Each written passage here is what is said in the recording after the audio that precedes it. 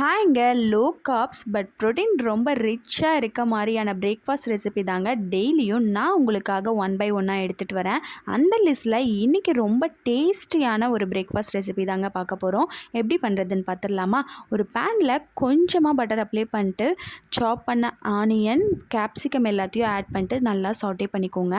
2 தக்காளியை பியூரி பண்ணி ஆட் பண்ணிக்கோங்க. தேவையான அளவு உப்பு, மிளகாத்தூள், கொஞ்சமாக கறி மசாலா ஆட் பண்ணிவிட்டு 200 கிராம் லோ ஃபேட் பன்னீரை துருவிட்டு சேர்த்துக்கோங்க. நல்லா மிக்ஸ் பண்ணிக்கோங்க. ஃபைனலாக டேஸ்ட்டை என்ஹான்ஸ் பண்ணுறதுக்காக நான் கொஞ்சமாக ஷெஸ்வான் சாஸ் ஆட் பண்ணியிருக்கேன். இது ஆப்ஷனல் தாங்க. அவ்வளோதாங்க, மசால் ரெடி. இப்போ நம்ம தோசை போட்டுக்கலாமா?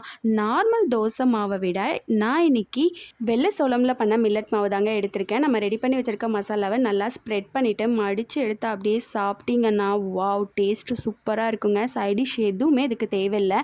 நீங்கள் வெயிட் லாஸில் இருக்கீங்க இல்லை ஹெல்த்தியாக சாப்பிட்ணுன்னு நினச்சிங்கனாலே இந்த மாதிரி பிரேக்ஃபாஸ்ட் ட்ரை பண்ணி பாருங்கள். ரொம்ப டேஸ்டி.